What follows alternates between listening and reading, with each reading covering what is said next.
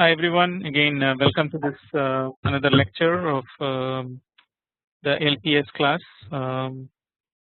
Today we are going to talk about we are continue to talk about the tickle TK that we left last time. Last class or in the last lecture we saw the canvas as a widget, and we got a lot of commands as to how to play with the canvas and how to actually get people to use the canvas. We also found some of these new commands, like first of all, like the bind command that we started talking about it like a couple of weeks ago. That bind commands, and then we also associated with bind tags because there are more than one binding for an event. So essentially, like when there is an event, whether it's a button press or a move of a mouse or whatever it is on a particular graphical user interface, we typically use the bind command to create a binding for an action. So when you actually select or put together a command using the button press, like you write all the characters and then you press run, that command gets run in the background. That is because of this binding that causes it to run, where the run command is bound to that event, or that event is actually bound to that run command. So that's something that we have seen.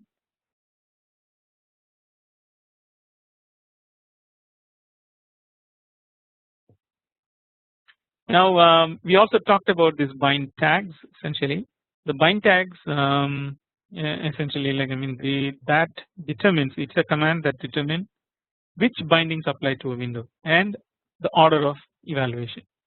So a bind command itself is creating the binding, and then the binding is associated usually with a window, a class, or all. So you can specify one of them basically. So we saw this in the previous lectures. The bind tags command actually now determine which bindings apply to the window and order of the evaluation. What does that mean? So the usage is essentially it's bind tags window followed by the tag list. So an example will be bind tags dot b is our window, and then the order that we specify is all dot button and then dot b. So when an event happens, basically like first it's applied to the all, which is like everywhere outside, plus the button, and then to the top level, then the button itself, whatever that is going on, that will be evaluated, and then finally like dot b. So this will allow you to actually, like, this multiple events can be trapped, and then they, multiple bindings can be trapped, and then they can be run, and then they don't need to be running at the same time or all simultaneously, which they follow this order by which it will be run. So this is something that I wanted to tell you, like last time we saw this bind tags, we didn't explain at that point a whole lot. Now it is there. And then the other widgets that we haven't really touched upon, but I really want you to understand and try to read upon this, is the tree widget. This is also like very common when you look at your Outlook mail or any kind of lists. Basically, like the views that are displayed are based on the tree. So the tree view widget can display and allow browsing through a hierarchy of items and show one or more attributes of each item as columns to the right of the tree. So you have like a big thing, basically you have each item which is displayed, and on the right hand side there are columns where it is displaying its attributes. So if it is a mail program, here you can say subject, from, date, to, things like that, the various fields that you can think of. or a particular mail. I mean, you can also like say like whether it's important, priority, whatever.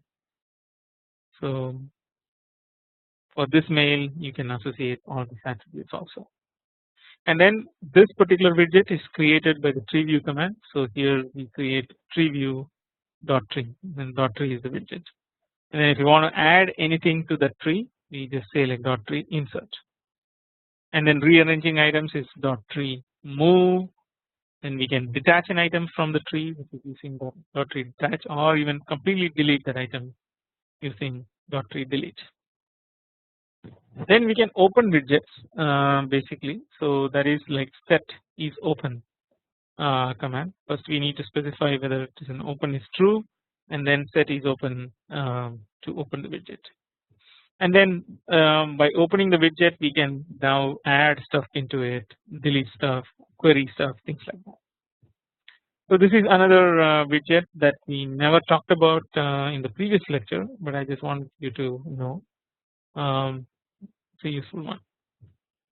So in today's lecture, we will be talking about extending Tickle with C, and then some of the third-party Tickle extensions, expect, BLT, and Tickle die. And then finally the future of Tickle TK. Actually this is more like the past. The past kind of determines the future. Past of Tickle TK. What are the various versions and what they did, what kind of thing, and then what is the latest version. So that's what we will cover today. And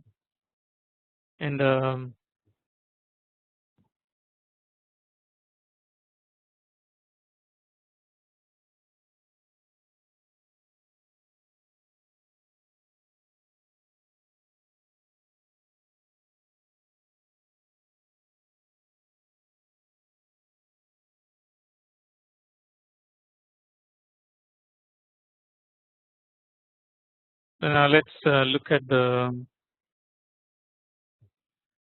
topic. So extending Tickle.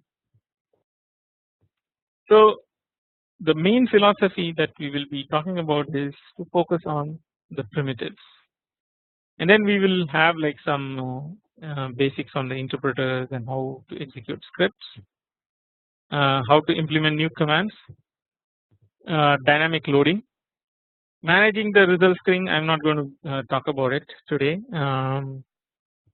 The main thing is essentially like, I mean, this is regarding the machine level understanding as to what are the different memory pieces and where the result goes into, and how do you manage the whole results. And then we will also like look at some useful libraries like parsing variables, lists, and hash tables. So we saw this in the very early lectures of Tickle. One is usually we can write usually better to write a Tickle script rather than a C code. It's quick development and more flexible, and it is high level, so no compilation is needed. It's also like a higher level way to write the scripts. And why do we write it in C? This is something that we also like talked about earlier. We need to access the low level facilities. That is like hardware resources can be managed. Like in fact, malloc or malloc actually is a memory allocation in C that specifically goes to the heap and actually allocates the memory. We can request all those kind of different hardware features directly using C. Then there is also efficiency concerns.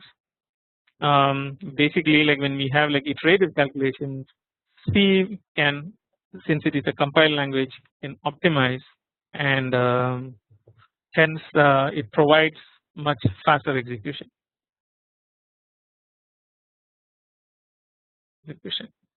And then finally, if we need more structure, and then if the code is complex, say for example we are generating a program for a DNA sequencing algorithm or DNA sequencing, that entire algorithm can be coded as a C program than Tickle script. Again, this is the hypothetical and probably ideal case, you may argue even for a tickle code, which is okay. But when this code gets complex, we need to have like definite infrastructure to be in place, and for that C is better.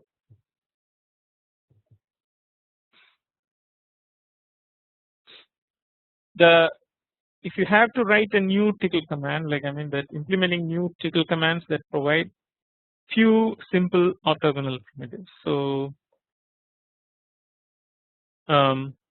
it's low level to provide independent access to all the key features, but at the same time it can be high level to hide unimportant details and allow efficient implementation. So that's the reason why we can implement new tickle commands. So here quickly, like a weather reports. So the goal is to retrieve weather reports over network from different servers. So if you use the tickle command set, one where we say like retrieve report, format, print on standard output, that's too high level, so it is inflexible. Now let's look at a second set of commands. We open a socket to the weather server, select a station, retrieve the first line of the report. This is too low level. So you can see that actually like we still use the same tickle command set here and here. Now consider a third command set, which is basically it returns the list of all the available stations, and given a station name, retrieve report. That's it. That's your command structure. This is just right. So we will look at how to do it with these kind of commands itself. So in this section, like for designing a new command, we want to make sure that we need to choose the textual names for the objects. For example, dot dialog dot bottom dot OK, file3 or std in. So really like objects can be named in the textual context. If this is the case, then we have to use like hash tables to map to the C structures. Other one is essentially like we can also try to use the object oriented commands. For example, we can say like dialog bottom OK, configure foreground red. This kind of style is good for small set of small number of well defined objects. They don't pollute the namespace. Basically, each one will be independent, and also like allows similar commands for different objects. So there are definite advantages in going with object oriented commands. And then the third category is actually the action oriented command, which is string compare $x$y. This one is good if many objects or short lived objects. So again, when you design a new command, make sure that your considerations go through these three things. Now how do you format the new commands? So usually the preferred way is make them easy to parse with tickle script. So somebody else writes a tickle script, they can easily parse your command results. So for example here temp 53, high 68, low 37, precip 0.2, sky part. So this kind of thing basically now you can know that okay, this is my index and this is the value. So the current temperature is 53, highest is 68, low is 37, and amount of precipitation is 0.02, and then sky is partly cloudy, whatever it is.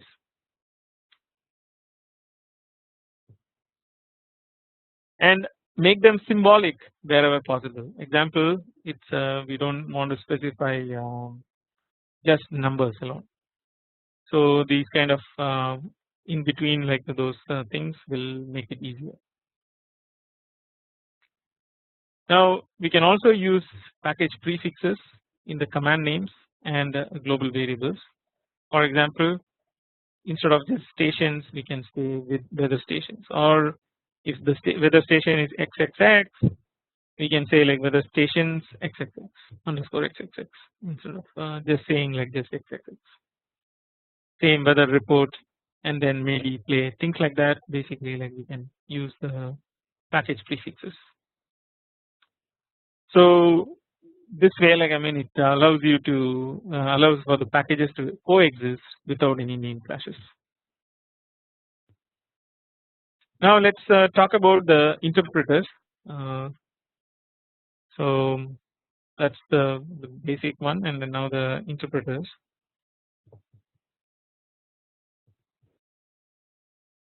So tickle interpreter interrupt structure. This is a structure that captures that encapsulates the execution state. What are the execution states? It has variables, the commands implemented in C, the tickle procedure, the execution stack. So it encapsulates this entire the execution states. You can have many interpreters in a single application, but usually just only one is active. So the way to create interpreter is tickle interrupt, use a star or asterisk interrupt. This basically creates the structure, and then we can just point that structure to the create command, create interrupt command. So once we have the structure, then we just say basically interrupt equal to tickle create interrupt, and this is just an object oriented command which now creates your interrupt. And then if you want to delete, use the procedure tickle delete interrupt terp interrupt. So this will delete the interpreter. And if you want to execute tickle scripts, we basically like define integer code, and then code equal to tickle eval interrupt set a equal to 1 or set a1. Now it evaluates this one and then sets the value of that asset code. The code typically indicates the success or failure, whether it's tickle OK, normal completion, tickle error, error occurred. Another way to do it is the set a1, you can put it inside the init.tickle, and then you can say tickle eval file interrupt init.tickle. And there is yet another third way to do the tickle evaluation, which is interrupt set a1 as 3 different strings. So now the interrupt result points to the string, the result or an error message, and then the application will display the result or message for the user.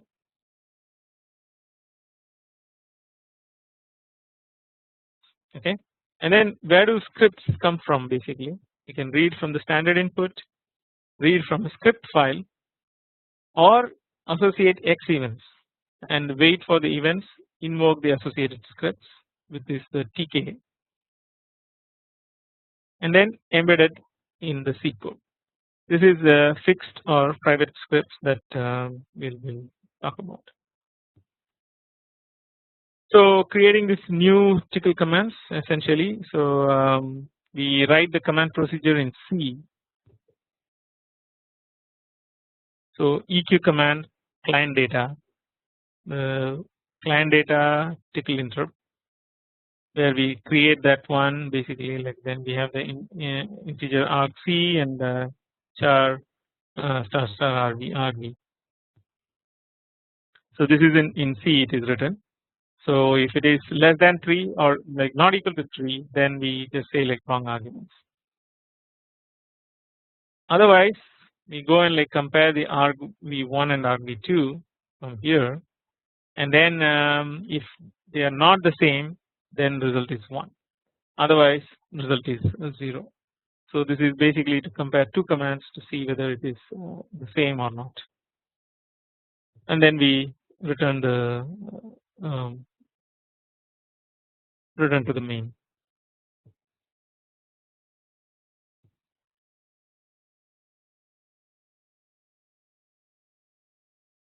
And then once we create this command procedure, then we register this with the interpreter, that is tickle create command interp eq command client data and null.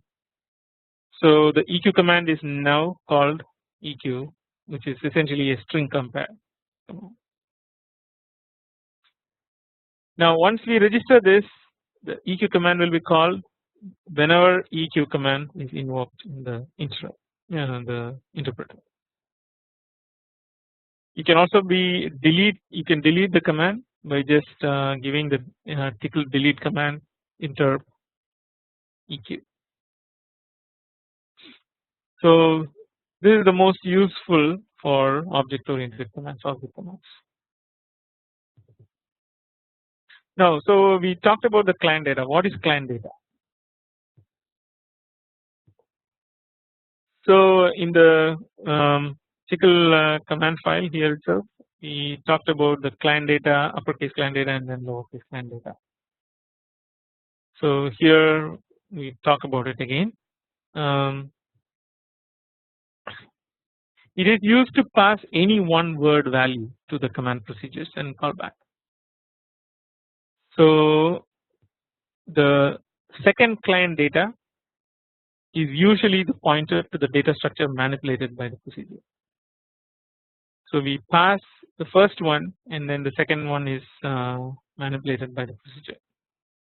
Can and then the cache pointers in and out of the client data types basically. So we can say like client data gizmo pointer, and then pointer we can define that basically like star and then the client data.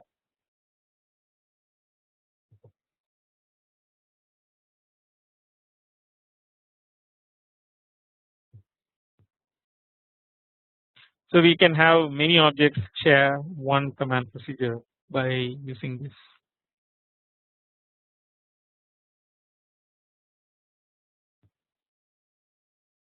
So this is how we write new commands and register new commands with the interpreter.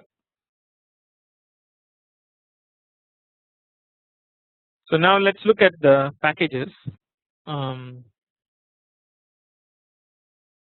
So our goal is now to make it easy to develop and use tickle extensions. So we can use the package prefixes to prevent name conflicts. So this is the one of the things that we talked about in the earlier one, right? In the earlier slides, we use a package prefix. So we can pick a short prefix for a package, for example, RDB.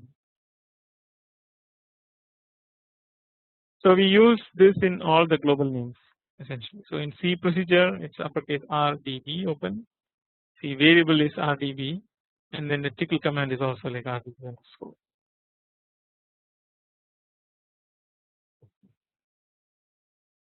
So now once we have specified or use the package prefixes, now we create the package initialization procedure, and it is named after the package. So RDB underscore init is the package initialization procedure.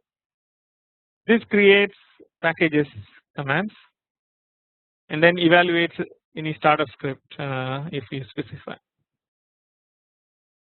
So here is an example where there's int RDB init tickle interpreter int ERP. Then we create the tickle command first, create command, tickle create command, and then return tickle eval file with that, and then what the init.tickle is.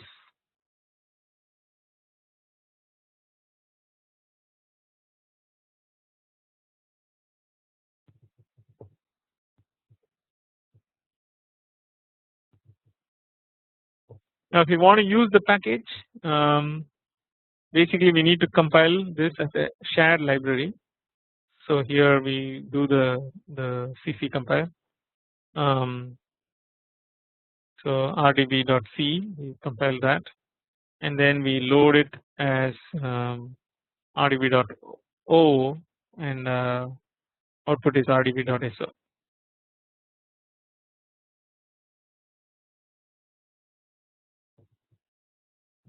Now we can dynamically load into the TCL shell or wish.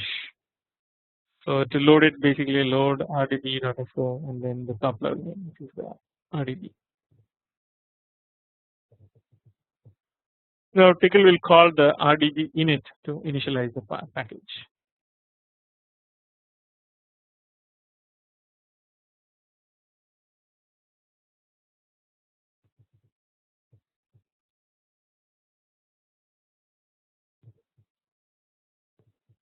So this dynamic initialization is fairly new. I mean, you asked in the versions. We will talk about the versions of today and where Tickle and TK, what versions are there and what we should use.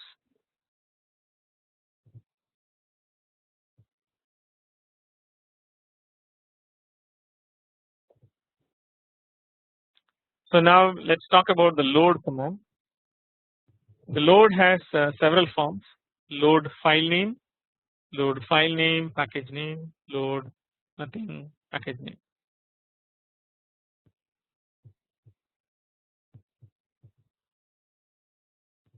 Here the file name is the name of the file. Basically here you have tell it as rdb.so.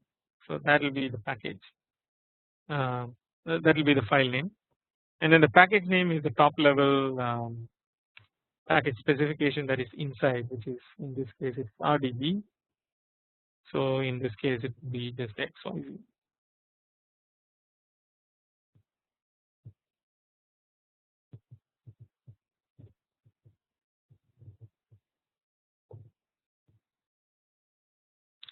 So whether we load it as a DLL, dynamic link library, or so.so is we can use info shared lib extension to decide between these two.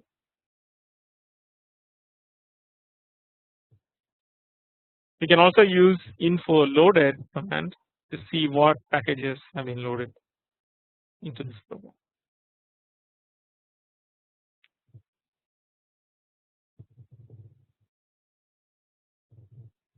If you want to load a program statically, then we specify that tickle static package is tickle interpret and character star package name. So that points to the thing, and then we also specify the tickle package init proc, which is star init proc, and then tickle package init proc star safe init proc. Once we specify this, then we can say load xyz.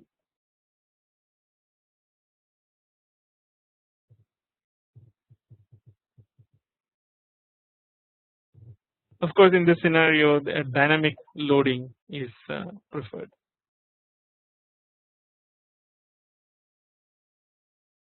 Now, the fourth option for managing results is to use library procedures. So tickle result, set result, interpreter, string. This will replace the old value. And if you say like tickle append result, then that extends the old value. And if you do append element, then it extends the old value, but now as a list. If you do use reset result, now that clears the old value.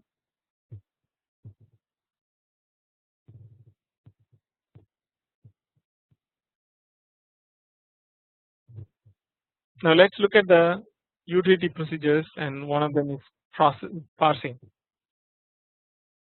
This is used by command procedures to parse arguments. Usually it takes in a value and a code. The code is just a tickle get int interpreter rb1 and then value.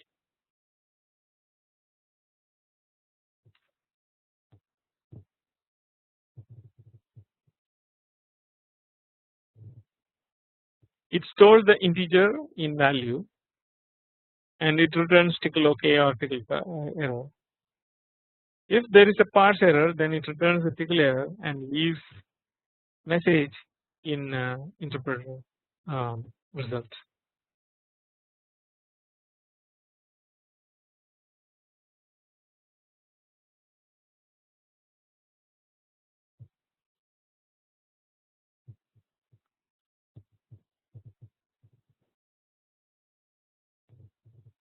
Other useful procedures, tickle get double, tickle expression double, tickle get boolean, expression long, and expression string. So the tickle get boolean accepts yes, false, 1, 0, etc. And expr is essentially like variations interpret argument as an expression.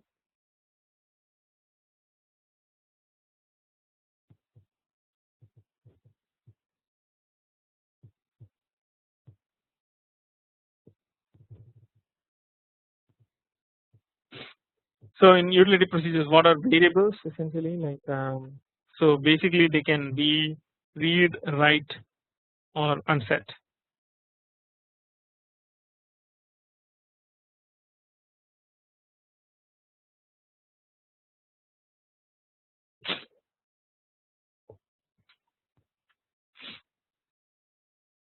So here an example, basically like we have a character value.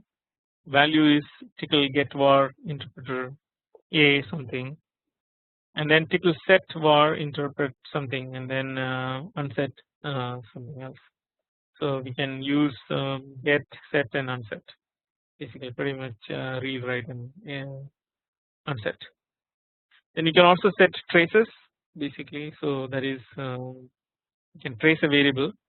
So that is trace var, and then we can say okay, tickle trace reads, tickle trace writes, trace procedure, and client data. So we can trace it through how the value actually is changing throughout the program, throughout the script.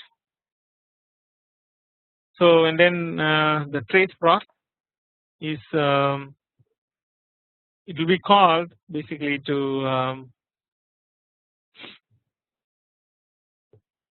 during each read or write of a. So you can monitor the accesses, can override value, and read or the value read or written.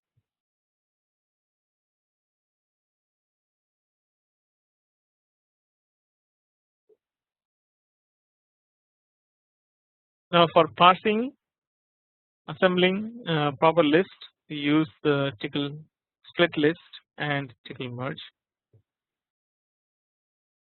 The hash tables are quite flexible. Basically, it is init hash table, create hash entry, find hash entry, delete hash entry, and delete the whole hash table.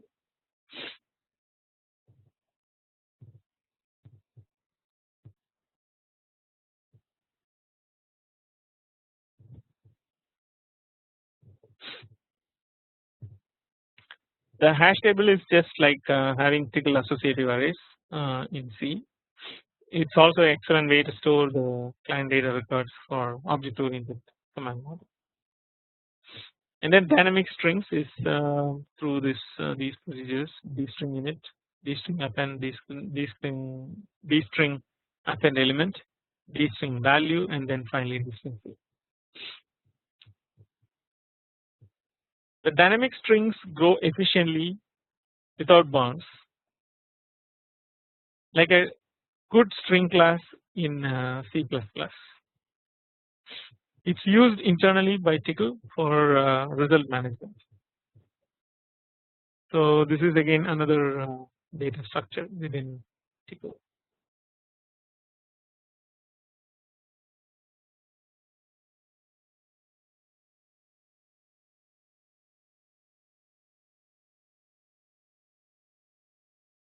So in terms of extending Tickle, interfaces to C itself are very simple. So Tickle is designed to make this true. And when we extend Tickle, we focus on the primitives and use Tickle script to compose fancy features. So we write the most primitive procedures first, and then we basically combine the features of Tickle to combine multiple primitives into one, and then call that the larger command.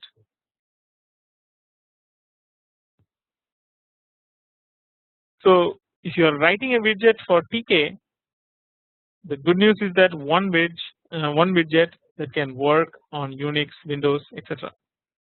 So that is your best one. But so the TK port uses the port of xlib to support graphics, so it's okay. But what is the bad news is that you will have to write to xlib. So TK actually uses only xlib, which is the lowest level part of the X libraries. It doesn't use XT, Athena, Motif, etc. So to draw, you have to use the xlib also.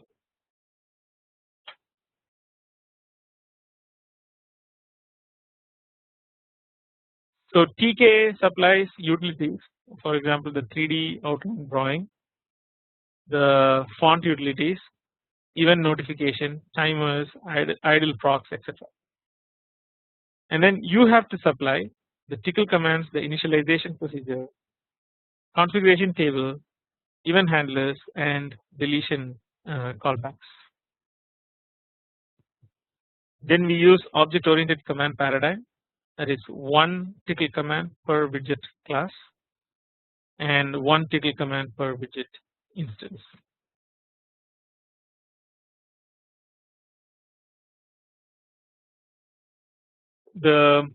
Now I will talk about a couple of other meta languages or meta scripts basically. One such thing is called expect. The expect is really the scripting language to interface with FTP, Telnet, FSVK, etc., which cannot be automated.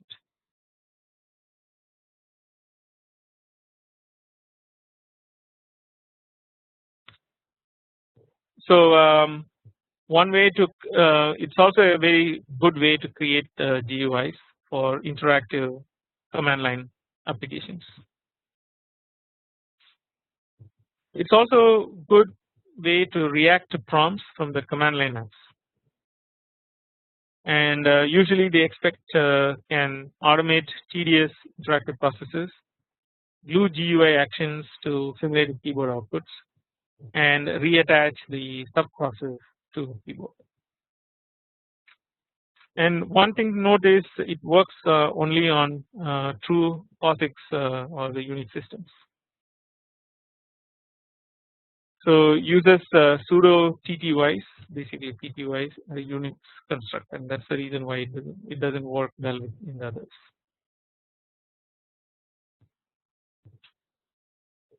So in expect, the commands are like this. Basically, there is a command called spawn.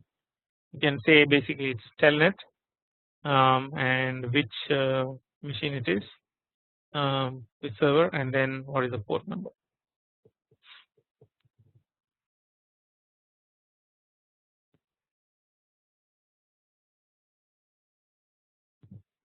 So the expect responds to patterns from pipe. For example, expect can say like connection refused, unknown host, login, default. So when connection refused, basically that means that exit. Unknown host is the DNS complaint. Then we have the login procedure. Reconnect two-way pipe to the console.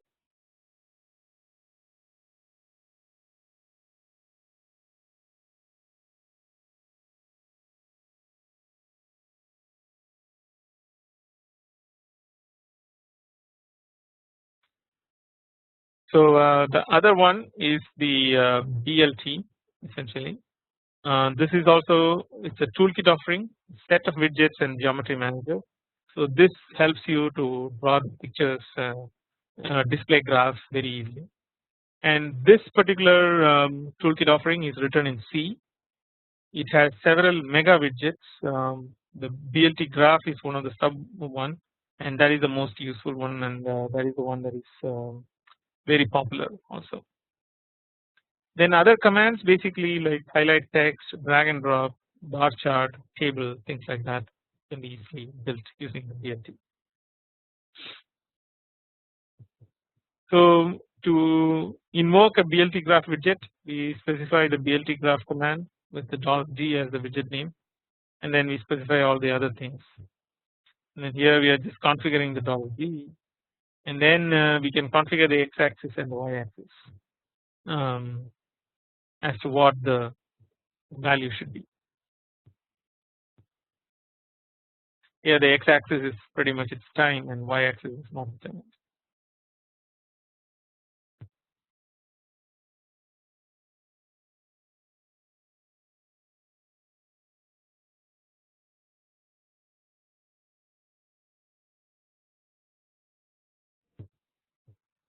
So once we create the configure this, and then we create the various axes, the x-axis and the x-axis and the y-axis. We then create the elements basically. Element create series 1. X data is $x1, y data is $y1, and then what is the line width, foreground, background, and then what is the moment. Similarly, we can plot another set of data as well. So that's how the BLT graph widget is used, which is very common. Now let's look at one more thing, which is the TC tickle die. Essentially, this is usually the front end to Cobra projects.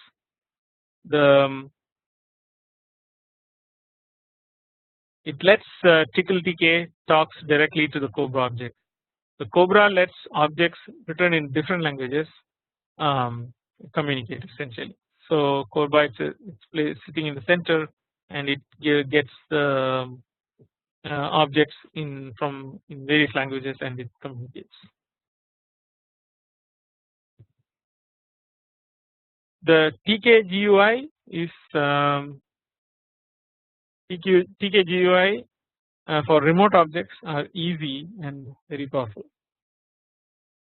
TK die scripts are faster and easier than C++ code.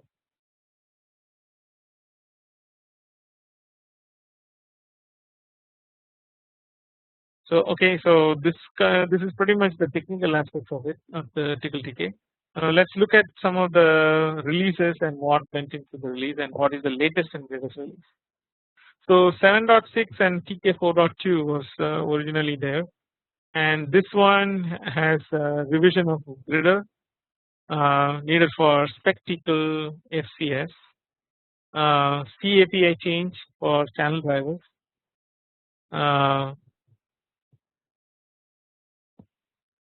Actually, the beta release and all happened, so ignore that statement there.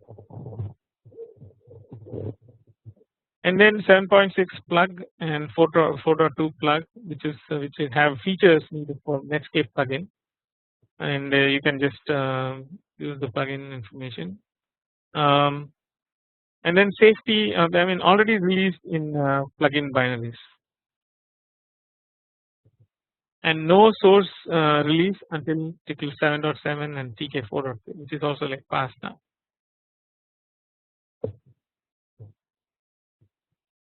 So 7.3 is essentially 7.5 is the latest and greatest.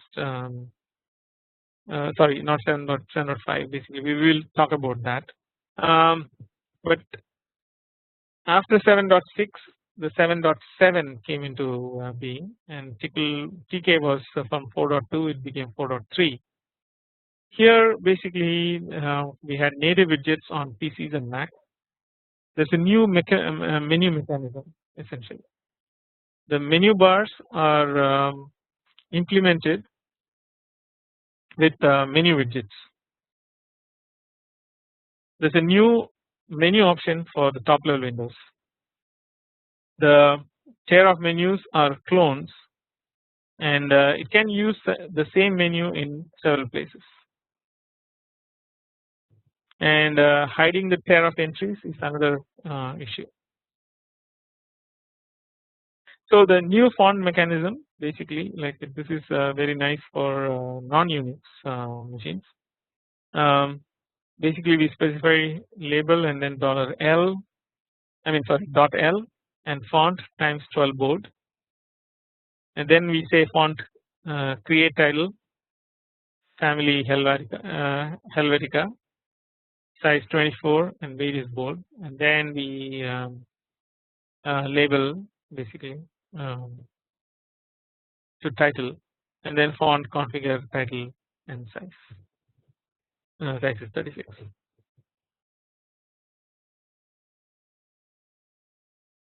So the other things were basically virtual bindings essentially and event generation.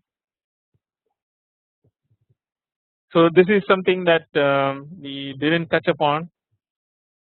The TK windows can create virtual bindings essentially, meaning like virtual events which can be bound inside. So you don't really need to do all the actions that the the the the tool is expecting.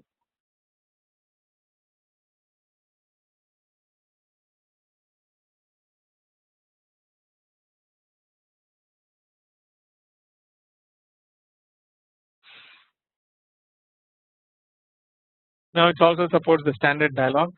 There's a portable file commands rm, mb, make dir, and etc. It also supports the binary IO, so read write blocks of data, insert extract fields of blocks, and then copy between channels.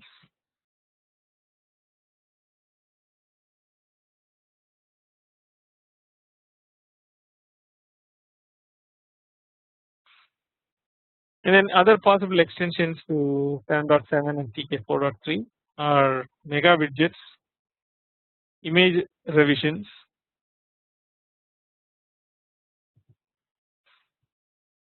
and then channel support, and then finally more text improvements.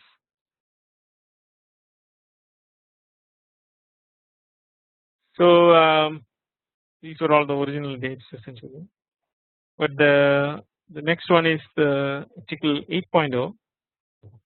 This one has a bytecode compiler, and this is ftp.neosoft.com. I should have it. And then we have a new object system for data representation, a new C API for command procedures, many other Tickle library procedures. The old interface is still not supported, but it is slow. I mean, it is still supported, but it is slow.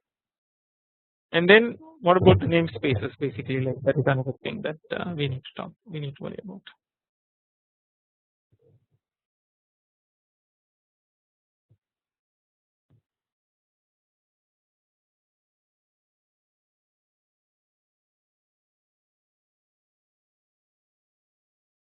Okay, so in Tickle 8.0 we also made some possible changes to the semantics. The more aggressive list syntax checking is enabled in Tickle 8.0, and then the conversion for LFN and LFN.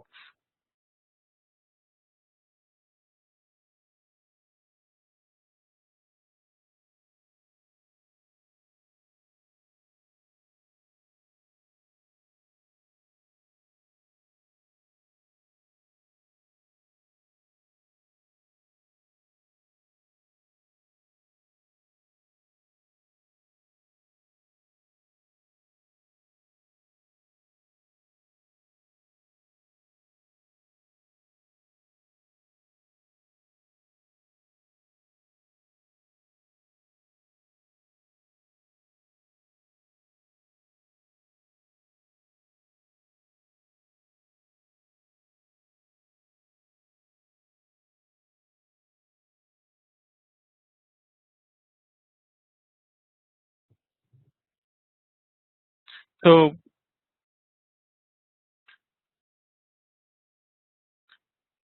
for the Tickle 8.0, we have the bytecode compiler essentially, and you can go to the ftpneosoft.com for the third-party items. There's a new object system for the data representation, the new C APIs for command procedures, and many other library procedures. So here the old interfaces are still supported, but they are very slow. And what about the namespaces? And then there is also like some changes to the semantics, a more aggressive list syntax checking, basically LFN and lindex, and then changes to the error messages, error info, and then line numbers. So the view the schedule, basically like these are all like different. So the latest one is Tickle TK 8.6. Tickle supports object oriented programming. It has a stackless evaluation. So when the procedures are called and the procedures are nested, the nested procedures are called in a sequence. Previously it used to use a stack for the execution. Basically it stores all the state in a stack, and then it executes the next one, and if that also nests another procedure, it retains everything into another stack and then go on. So in the new one, that particular thing has changed, basically like that. That was found to be like fairly inefficient, so it is changed, and then it's a stackless execution in Tickle 8.6. It also has enhanced exception handling. The commands called try and throw, which attempts to actually catch an exception and then actually also like to change the course when an exception happens.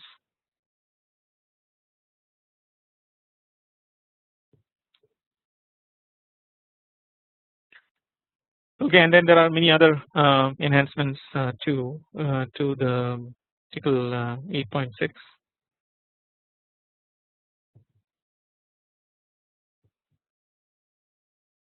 On the TK front, there is a built-in support for PNG format for the graphics.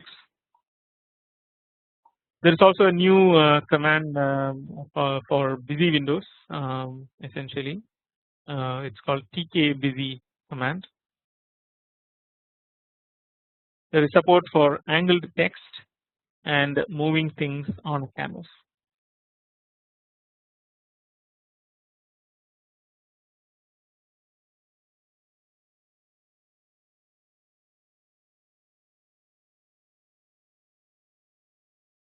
So, and other projects, basically the Tickle, Spec Java, WebEdit, microscripting, basically like we can use we can edit web pages, just what you see is what you get kind of mode using the WebEdit.